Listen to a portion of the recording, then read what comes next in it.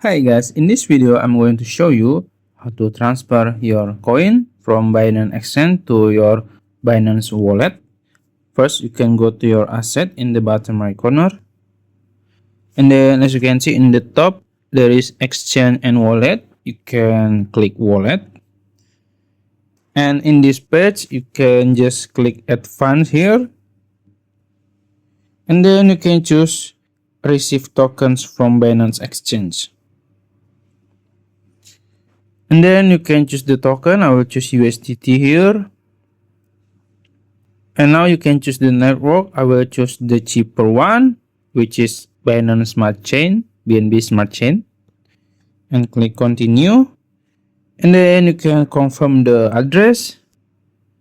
Then you can choose the amount. Let's say I want to transfer 30. Let's say this one. So you can see the fee is 0. So yeah.